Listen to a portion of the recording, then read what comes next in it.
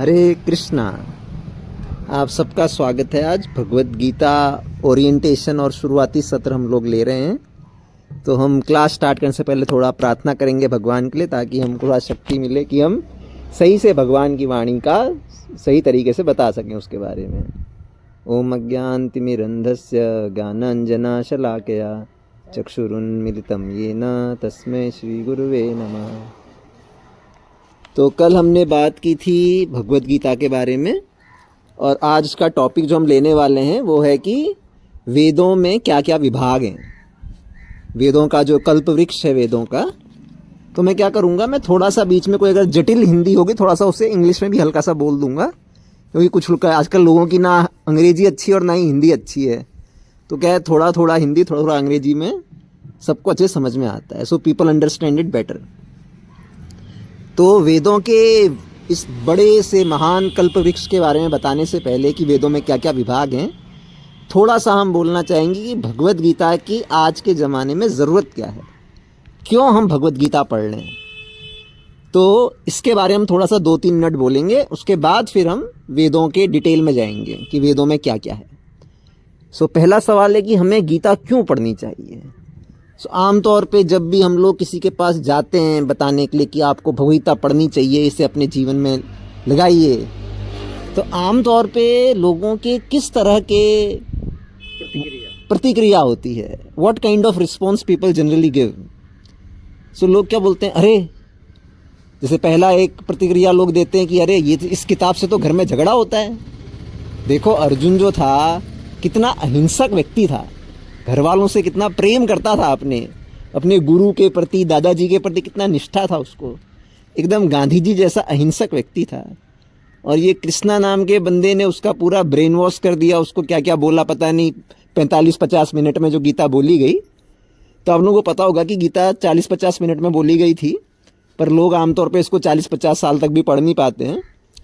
तो उस 40-50 मिनट में वो भगवान कृष्ण ने उसको ऐसा क्या बोल दिया बेचारे को, इतना अच्छा अहिंसक व्यक्ति अपने घर वालों को मार डाला, बताओ। तो इससे तो भैया घर में बिल्कुल नहीं रखना चाहिए। तो इस तरह की कुछ लोग प्रतिक्रिया देते हैं। फिर उसके बाद कुछ लोग जो बड़े धार्मिक होते हैं बोलते हैं, अरे हमने भगवत गीता रखा है घर में, एकदम बांध के लाल कपड़े से मंदिर में रख के रोज उसको अगरबत्ती दिखाते हैं, है ना। तो इस तरह से भी कुछ लोग हैं। और हाँ, और आजकल कुछ लोग उनको अगर भगवता पढ़ने को बोलो तो बोलते हैं मोए मोए मोए मोए मतलब ये हमसे ना होगा, ये क्या करवा रहे हो, ये आजकल नया ट्रेंड चला है। और कुछ लोग ये भी बोलते हैं, उनसे बोलो गीता तो बोलते हैं योलो योलो। तो योलो का मतलब होता है, ये मैंने भी हाल फिलहाल में सुनने को आया है, इसे कहते हैं YOLO, यानी यू लिव ओनली वंस। बोला एक ही तो ज़िंदगी मिली है, जितना मज़ा करना है मज़ा कर लो, ये क्या करेंगे भगवत गीता पढ़ के। तो इस तरह के आमतौर पे लोग कारण देते हैं। तो लोग बोलते हैं, अरे भैया हमारे दादाजी कहते हैं कि जब बूढ़े हो जाएंगे, संन्यास लेंगे, तब गीता पढ़ने का समय है।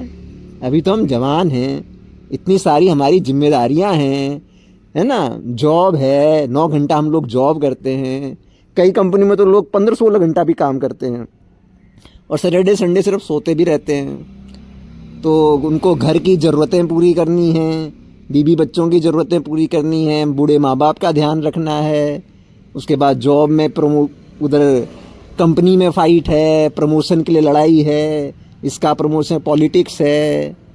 तो लोग सोचते हैं कि मेरे पास मरने का टाइम नहीं है, मैं गीता कहाँ से पढ़ूँगा भाई। तो अब हम जरा देखें तो लोगों कहते हैं कि इतनी प्रॉब्लम है, मेरे को इतनी प्रॉब्लम है, इतनी तो मेरी मैथ की किताब में प्रॉब्लम नहीं थी जितनी मेरी ज़िंदगी में प्रॉब्लम है। तो मेरे पास समय नहीं है गीता पढ़ने का। तो पर अगर हम देखें तो गीता किसको बोली गई थी, क्या गीता एक सन्यासी को बोली गई थी। तो आप लोग जानते ही होंगे कि गीता भगवान श्री कृष्ण ने अर्जुन को बोली थी। तो क्या अर्जुन सन्यासी थे? अर्जुन गृहस्थ थे। जैसे आमतौर पे हम सब लोग आज जनरली लोग आजकल कलयुग में गृहस्थ ही होते हैं, है ना। तो अर्जुन केवल गृहस्थ नहीं थे, अर्जुन जो थे वो सुपर डुपर गृहस्थ थे। आजकल के ज़माने में कहते हैं कि कलयुग में व्यक्ति ने 1 बीबी 2 बच्चे पाल लिए तो उसने बहुत बड़ा किला फतेह कर लिया, पूरा राज्य पाल लिया। पर अर्जुन की 4 बीवियाँ थीं, तो कोई नाम बताना चाहेंगे? द्रौपदी और सुभद्रा को तो सब जानते हैं, उनके अलावा उनकी कौन दो बीबियां थी?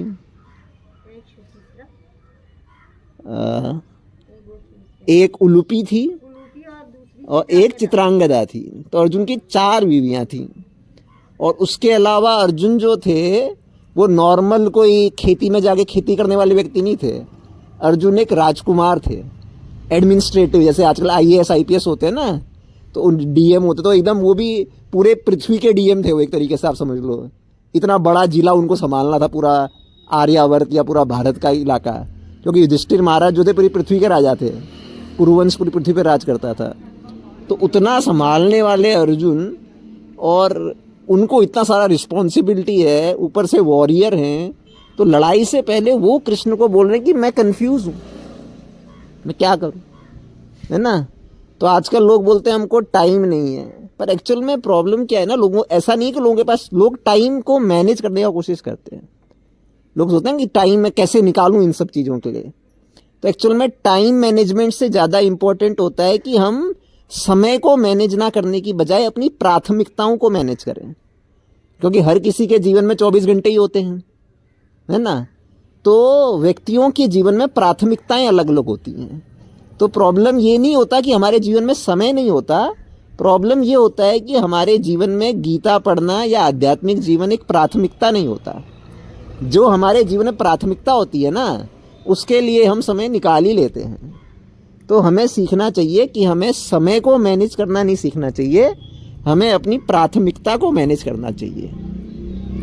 तो वैसे ही अर्जुन अब समझ नहीं पा रहा था मेरे लिए प्राथमिकता क्या है, कौन सा कर्तव्य मेरे लिए प्राथमिक है ना। जो मेरे परिवारजनों के प्रति मेरा कर्तव्य है वो प्राथमिकता है मेरी, या जो मुझे युद्ध लड़ना है ये प्राथमिकता है।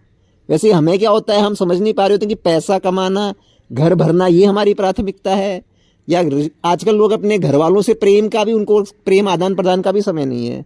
जॉब में ही इतने व्यस्त हैं क्योंकि वो पैसे को इतनी प्राथमिकता बना देते हैं कि वो घर वालों से प्रेम करना भी भूल जाते हैं। बच्चों के पास टाइम नहीं है। मैं सुन रहा था एक बार एक बच्चा अपने पिताजी को 500 रुपये दे, पूछता है पापा आपकी सैलरी कितनी है, तो बताते बेटा इतनी है, कुछ 1 लाख है। तो बोलते हैं आप 5-6 दिन काम करते हो तो प्रति घंटे के हिसाब से आपकी सैलरी कितनी होगी? तो बोलता है बेटा प्रति घंटे के हिसाब से मेरी सैलरी कुछ 1000 रुपये होगी, पूरे महीने के काम करने की 1 घंटे की सैलरी 1000 रुपये है। तो बेटा अपनी जेब से 500 रुपये निकालता, बोलता है पापा ये लो 500 रुपये, मेरे साथ आधा घंटा खेल लो, ठीक है। तो इस तरह से लोगों की प्राथमिकता का बुरा हाल हो गया है। तो गीता क्या करती है, ये हमें तो अर्जुन ने गीता सुनी भगवान से ऐसे समय में जब लड़ाई होने वाली है, उस समय भी उसको वो संदेश बहुत महत्वपूर्ण लगा, और उसे सुन के वो समझा कि क्या मेरे जीवन में प्राथमिकता है और कैसे मुझे लड़ाई का अपना ये कार्य करना चाहिए और कैसे नहीं करना चाहिए। तो ये सब तो हम खैर डिटेल में पढ़ेंगे। तो ये हमको, मैं एक मुख्य तरह कहना चाहता था कि हमको जीवन में बहुत मदद करेगा, ऐसा नहीं है कि ये हमारे कुछ काम नहीं आने वाला है। सो अब हम कल का टॉपिक थोड़ा सा कंटिन्यू करेंगे, आज तो पूरा नहीं हो पाएगा, आज काफ़ी टाइम ऐसे ही हो गया है। सो कल हमने पढ़ा था कि वेदों के हम 2 विभाग पढ़ रहे थे, श्रुति और स्मृति। अब मुख्यतः वैसे आप देखें तो वेदों के 2 नहीं 3 विभाग हैं। आज थोड़ा डिटेल में इसको पढ़ेंगे। मैंने आपको एक फ़ोटो भेजा था कल, आप लोग उसे देख सकते हैं, उसमें पूरा बना हुआ है कि वेदों में क्या क्या विभाग हैं, है ना। तो मैंने गीता के बारे में पहले इसलिए बताया कि वरना इतना सब देखने के बाद लोग सोचेंगे कि इतना सब पढ़ना है तो इससे अच्छा मैं छोड़ ही देता हूँ पढ़ना तो लोग प्रयास ही नहीं करेंगे। तो अब आपने क्या गीता पढ़ लिया तो आपके उस पूरे वैदिक वांग्मय जो है ना, ये दिस होल वैदिक ट्री, इसका सब कुछ आपको समझ में आ जाएगा। सो मुख्यतः वेदों के 3 विभाग हैं, श्रुति, स्मृति, न्याय।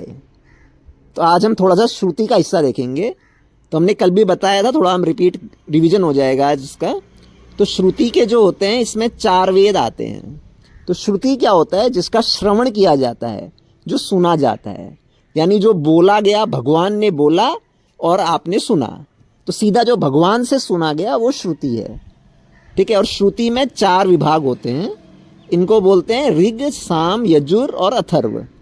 अथर्ववेद, ऋग्वेद, सामवेद, यजुर्वेद, ठीक है। अब इसमें जो ऋग्वेद होते हैं इसमें स्तुतियां हैं, इसमें अग्नि, इंद्र, चंद्र, इन सब की स्तुतियां हैं देवताओं को प्रसन्न करने की। तो ये स्तुतियां जिसमें दी गई हैं ये है ऋग्वेद। उसके बाद है सामवेद। सामवेद में क्या होते हैं कि वो गीत तरह के दिए गए हैं, छंद गीत होते हैं इसमें। तो इसमें कई सारे वो एकदम मधुर कविता के रूप में कई सारे गीत हैं जिनके द्वारा भगवान का, देवताओं का गुणगान किया जाता है। तो क्योंकि इसमें गुणगान भी है, देवताओं का भी और भगवान का भी है, तो इसलिए इसको जब भगवान बोलते हैं ना गीता में, तो बोलते हैं वेदा नाम साम वेदोस्मि, वेदों में मैं सामवेद हूँ। क्योंकि इसमें कई सारे ऐसे मधुर गीत हैं जिनके द्वारा भगवान का गुणगान किया जाता है। जैसे कहते हैं जब गरुड़ भगवान अपने पंख हिलाते हैं तो उनके पंखों से आवाज़ आती है, तुभ्यम नमामि नारायणाय। तो इस तरह से उनके वेदों से सामवेद की ध्वनि निकलती है। फिर उसके बाद आता है यजुर्वेद। यजुर्वेद जो है वो यज्ञ का वेद है, यानी यज्ञ कैसे करना है। जो अग्निकुंड बनाते हैं ना, जिसमें अग्निकुंड का साइज क्या होना चाहिए, उसमें कहाँ पे बैठना चाहिए यज्ञ करने के लिए, यज्ञ करने के लिए क्या सामग्री होनी चाहिए, ये सब यजुर्वेद का हिस्सा है। और उसके बाद जो है अथर्ववेद। अथर्ववेद में जो रिचुअल्स होते हैं ना, रिचुअल्स को क्या बोलते हैं हिंदी में, पता किसी को? गुरु के on behalf of Guru. Ritual होता है बेसिकली कि क्या क्या आपको अनुष्ठान करने हैं यज्ञ से पहले, यज्ञ के दौरान। जैसे यज्ञ से पहले नहाना है, कितनी बार नहाना है ना, यज्ञ के बाद नहाना है कि नहीं नहाना है, क्या क्या मंत्र पढ़ने, शुद्धिकरण के मंत्र, आचमन वगैरह वगैरह। तो क्या क्या शुद्धिकरण के लिए, यज्ञ के लिए क्या क्या आपको रीति रिवाज जो पालन करते हैं, वो सब इसमें अथर्ववेद में दिए हैं। रिचुअल्स कहते हैं इनको, अंग्रेजी में आप गूगल में देख लें हिंदी में क्या कहते हैं। तो ये 4 तरह के वेद हैं। अब इन वेदों के अंदर, हर वेद के अंदर 4 खंड हैं, ठीक है। तो हर वेद के अंदर संहिताएं आती हैं, ब्राह्मण आते हैं, आरण्यक आते हैं और उपनिषद आते हैं। तो जैसे संहिताएं होती हैं, ये बच्चे को, जब बच्चा ब्रह्मचारी होता है, ये सब फोटो में दिया है, फोटो में देखेंगे दिख जाएगा आपको। तो इसमें कर्मकांड के जो भी यज्ञ वज्ञ होते हैं उनके बारे में सिखाया जाता है संहिताओं में, कि कैसे यज्ञ करके दुर्गा देवी को प्रसन्न करना है। अगर आप धन पाना चाहते हैं, है ना, जैसे धन के लिए वसुओं को करते हैं, और दुर्गा देवी का किसी अच्छे हस्बैंड या वाइफ के लिए करते हैं दुर्गा देवी का, है ना, और अच्छे बच्चों के लिए प्रजापतियों का पूजा करते हैं। कैसे कौन सी पूजा करनी है उसका विधि विधान इसमें दिया गया है संहिताओं में। और फिर जब बच्चा 25 साल का होकर जब अपनी भौतिक इच्छाएं पूरी करने के लिए गृहस्थ आश्रम में घुसता है, तब उसको वहाँ पे ब्राह्मण पढ़ाए जाते हैं, जहाँ पे वो यज्ञ कैसे करना है, ताकि वो सब प्रैक्टिकल कर सके उन सब चीज़ों का जो उसने सीखा है ब्रह्मचारी टाइम में। फिर उसके बाद वो जब वो वानप्रस्थ पूरा, जब उसका गृहस्थ आश्रम पूरा हो जाता है, फिर वो आरण्यक पढ़ता है वानप्रस्थ की एज में, और उसके बाद फिर वो उपनिषद पढ़ता है। और उपनिषद में पूरा ज्ञान दिया गया है, उसमें बताया गया है कि इस दुनिया में ज़्यादा कर्म कांड और ये सब करके ज़्यादा भौतिक इच्छाओं को जितना तुम आग दोगे उतना और भड़कती जाती हैं, तो धीरे धीरे उनको शांत करना चाहिए। तो इस तरह से धीरे धीरे बताया गया है। तो आज तो टाइम काफ़ी हो गया, हम इसको थोड़ा कल इस टॉपिक को कंटिन्यू करेंगे और कल यहीं से कंटिन्यू करके इसको आगे बढ़ाएंगे। तो वेदों का जो मुख्य सार है, जो संन्यास आश्रम में पढ़ाया जाता है, वो उपनिषद है। और सारे उपनिषदों का सार जो है वो शंकराचार्य जो हैं, श्रीपाद शंकराचार्य, वो कहते हैं कि वो भगवद गीता है। तो ये बहुत सुंदर एक श्लोक आता है, वो बोलते हैं सर्वोपनिषदो गावो दुग्धा गोपाल नंदना, कि सारे उपनिषद को अगर आप एक गाय के रूप में ले लो तो दुग्धा गोपाल नंदना। तो जो गोपाल नंदन है भगवान कृष्ण ने, उस वेदों का सार उपनिषद हैं। और उस उपनिषद रूपी गाय को जब दुहा जाता है तो कहते हैं पार्थो वत्स सुधीर भोक्ता दुग्धम गीता अमृतम महत। तो उसमें जब गाय से दूध कब निकलता है, जब बछड़ा उस पर अपना मुंह लगाता है, तो गाय दूध को आराम से छोड़ देती है। तो जब पार्थ ने जिज्ञासा की तो भगवान ने उपनिषद रूपी गाय से वो दूध निकाला, और वो दूध जो है वो गीता है, क्योंकि दूध से ही हमको पोषण मिलता है ना। तो वेदों का जो मुख्य पोषणकारी तत्व है वो भगवद गीता में दिया हुआ है। तो आपको सारे वेद नहीं भी पढ़ेंगे तो सीधा सार आपको भगवद गीता के द्वारा प्राप्त हो जाता है। तो कल हम आज हमने सिर्फ श्रुति का ही थोड़ा हिस्सा देख पाए। अभी इसमें उपवेद बचा है और वेदांग बचे हैं 6, और स्मृति में पुराण उपपुराण बचे हैं, और न्याय में आस्तिक दर्शन नास्तिक दर्शन बचे हैं, और 6 आस्तिक दर्शन है। उसमें जो षड दर्शन है फिलॉसफी के, वो हम ये सब कल पढ़ के इसको कंप्लीट करेंगे, और परसों से हम भगवद गीता प्रॉपर डिटेल में स्टार्ट करेंगे।